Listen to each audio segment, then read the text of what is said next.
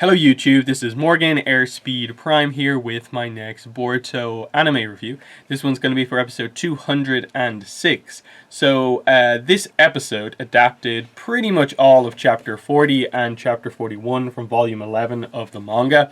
The only thing we left out was probably like the last page or two from the second chapter that we covered here. Other than that, it was a pretty accurate and faithful adaptation of these chapters. There was only one kind of dialogue back and forth between Boro and Sarada that they actually added in, and that was meant to be the sort of in-fight connection to the little bit of extra Boro stuff that we've got in the anime, connecting to his cult and all those scenes. It did effectively just amount to him explaining that, oh, basically the reason people support me is because I use my virus powers on towns. I then go in, I heal them because I can heal my own virus, and people think it's a miracle, and that helps people to change their minds. And that his thing is like, I don't believe people particularly ever attempt to change their minds, but miracles do actually have that effect. People will do different things in response to miracles, and I make that happen. So, that's his character, basically. This was the problem in the manga, was just that Boro's a Kara inner, and I guess he's powerful, he's presented that way, but he doesn't stand out all that much as a character, as a personality. And even though they add that little bit of extra information in here, it still doesn't really stand out all that much, in that I think nearly any other Kara member would probably be more interesting from a character dynamic perspective, but given what this fight is ultimately there to accomplish, I suppose it ultimately works that the most disposable member of Kara from the main cast is the one that they go up against here. But yeah, other than that, I thought it was solidly animated. There were some nice moments, but I didn't feel like they went all out or anything like that, because this is just stage one of the fight.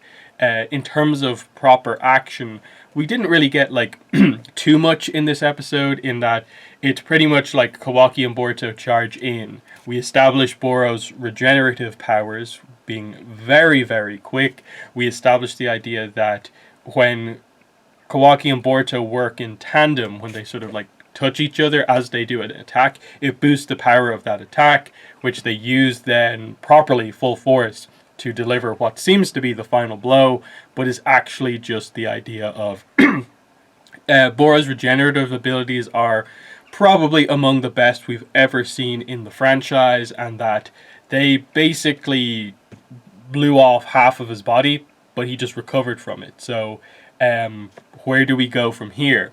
The second stage of the fight begins as we try to figure out, wait, we basically did what we set it to do at the start, which is to do so much damage. He can't recover from it.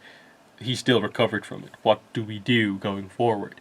The other dynamic in the fight was obviously that it wasn't just Kawaki and Boruto fighting. Sarada and Mitsuki were there, and as the more sort of thoughtful, intelligent members of the team, they sort of sat back a little bit, analyzed the fight, and stepped in when they absolutely had to save their teammates, but went from more of a perspective of, I'm going to figure out what's going on here first and then adapt to it that way. The thing that obviously turns the tides is that, Boro previously is just using one single lava style jutsu, and lava style is very powerful, it's rare, and it's kind of wide range and just dangerous, but it's countered by the two Karma Mark users being able to absorb it. So he reveals his, I suppose, ultimate power, like I talked about already, the dark mist, the virus, the dark mist that causes a virus. Now, they ultimately figured this out, and it's revealed that this dark mist, it's not a jutsu, this is just like a, a scientific ninja tool thing that results in him containing a virus within himself that he can spread, and he obviously has the... he's immune to it, I suppose, himself, but this is where sort of the interesting dynamic of this fight comes in. Mitsuki steps up to tackle Boro, and we get a few kind of moments of you thought that was my distraction, but this is actually the distraction. No, wait, it's actually this. So a kind of multi-layered sequence where it seems like Boro completely outclassed Mitsuki, but he actually did get the poison strike in. But of course, Boro reveals that he can kind of immediately heal it away. So that was kind of interesting. Now, interestingly, as in the manga, they play on the idea that just before he sort of takes the damage, he seems to do a few hand signs. Nothing particularly seems to happen, but obviously he recovers from every single injury that he receives. So that's the dynamic they're going to be sort of playing off going forward, with the idea that Sarada, with her Sharingan, is watching him quite closely. But the key thing is that Mitsuki actually purposefully takes in some of the dark mist and reveals that because of his special body, he can pretty much, and the whole snake connection with venom, he can basically form some sort of antivirus antibodies to it, that he's not as affected by it. So if he gives some of that to the others, they're not as affected by it. So the virus takes out Boruto and Kawaki, so he gives it to them and they slowly recover. He also gives it to Sarada, we find out later, just so she's sort of resistant to it as she sort of properly encounters it for the first time. So, there's a couple of sequences in the fight here as, initially they just take away the unconscious Kawaki and Boruto, but then, they step in on their own. Sarada gets a kind of moment one-on-one, which is where Boro explains sort of his whole idea of, causing the problem and then fixing it to gain people's trust. But, we see her, throw a boulder down the hill at him, some fire style jutsu here to kind of clash against the lava style jutsu, some quick, phoenix flower jutsus, but this all results in sort of the standoff, where they get to sort of game plan, because the dynamic of this fight is effectively that Boro is defending the container that Naruto is in. So he doesn't feel the need to purposefully pursue them at all times. So they're able to sort of run away for a little bit, plan. And this is where the kind of big character moment of the episode happens, which is Mitsuki decides that we need a commander here to lead the team. I think it should be you, Captain Sarada. Now, of course, Boruto is kind of like, wait, why her, not me? Which I feel was very in character for him. Some people are saying it's out of character, but for me it's this idea that, Boruto's always going to be like that. The difference between, I think, early Boruto and sort of Boruto now is that he says it once because it makes sense for someone like Boruto to say it. He wants to be the sort of life and soul of the team. And he is to a degree, but he's probably not suited to be the absolute leader. The second he hears the sort of reasoning behind why it should be Sarada, he does ultimately agree to it without any sort of issue. So I wouldn't really lean too heavily into calling that an out of character moment or anything like that, or that Boruto's grown past that sort of stuff. Because that's the dynamic, that's the banter between the members of the team, is that if there's something, that's sort of a position of importance within the team, of course Boruto as a character is going to want to be like, yeah, I'll do that. I'm the leader of Team 7, when he never really, in the fights and stuff like that, comes across that way. Whereas in this fight, as it was shown, Mitsuki explains, Sarada was the one who ordered the retreat, and that saved us in this situation.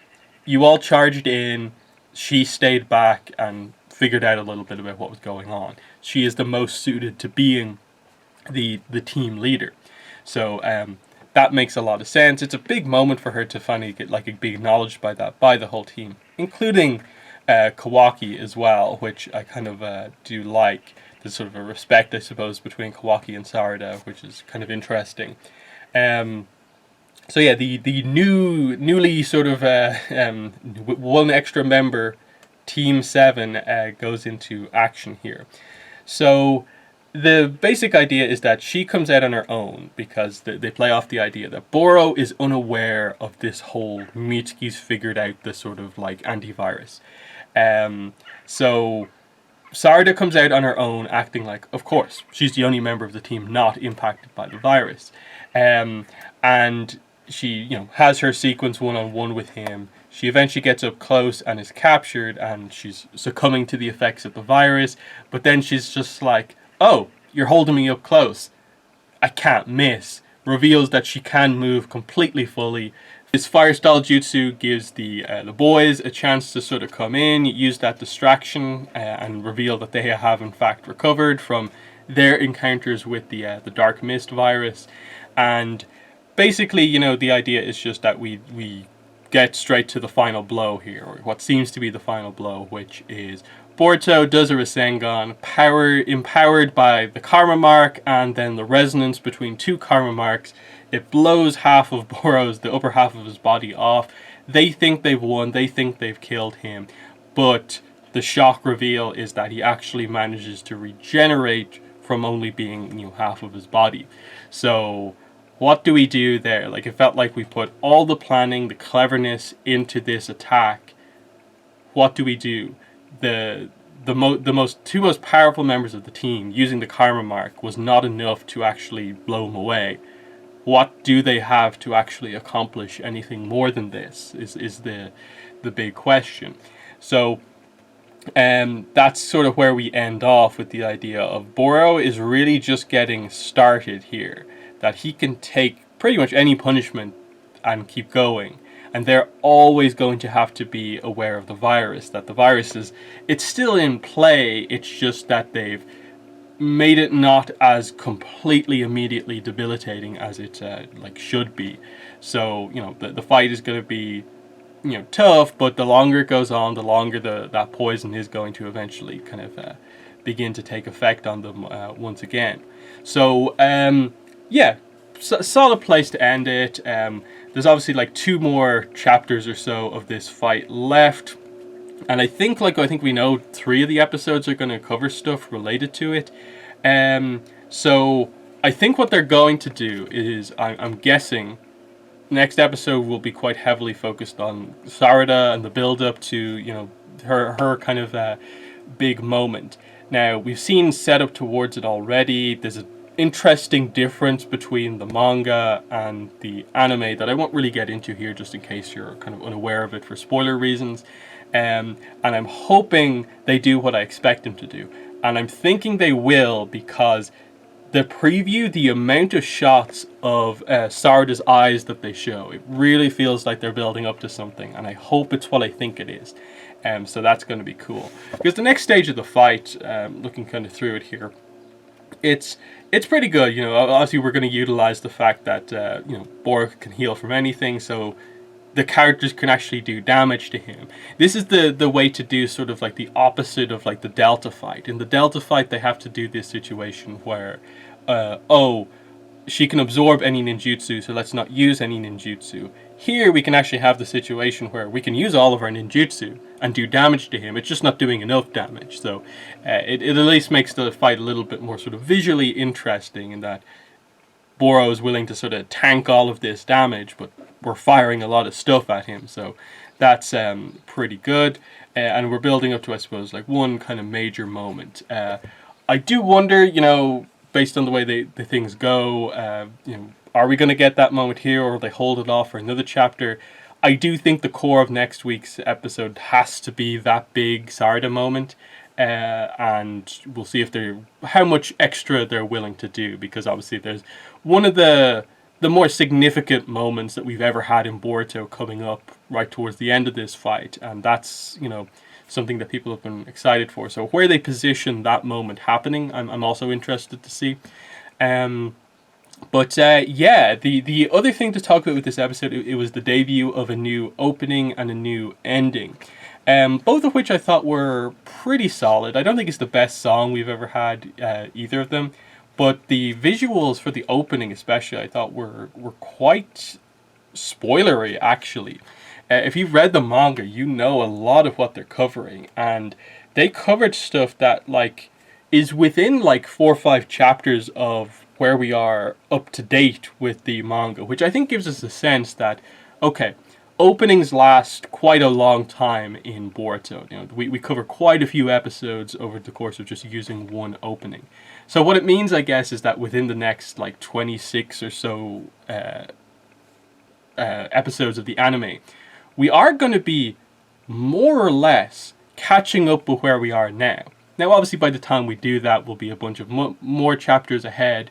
but we are very much in this sort of zone where we're only going to be probably like, 10-ish chapters ahead by the time we get through all of this. Because there's a lot of stuff that they sort of have to do during this sequence of episodes, because there's not really many breakpoints to do more anime original arcs. You kind of have to get up to a certain point, and where we are right now in the manga, there actually is room to do break episodes. So there's that going on, and I think that's probably the way they've structured it, is just that here's a point to sort of slow things down a little bit. So even the manga is a little bit slower at the moment, and I think that's why we're going to just get big, heavy, lots of big anime episodes happening all in a row, and then we're going to, slow down like the manga slows down. There's still moments happening, it's just, a lot of the big fight to big fight to big fight stuff has kind of slowed down where we are right now. But yeah, I think that's pretty much everything I want to say about this episode. It is just the first stage of the fight, so it's not everything that's going on here. But, the big Sarada moment was good. The dynamics in this fight are actually, like, kind of interesting with the Boro virus reveal. But, there's better stuff to come in this fight, is definitely the thing to say. So, in the comments, let me know what your thoughts are on this episode. But that has been the video. Thanks for watching, and bye.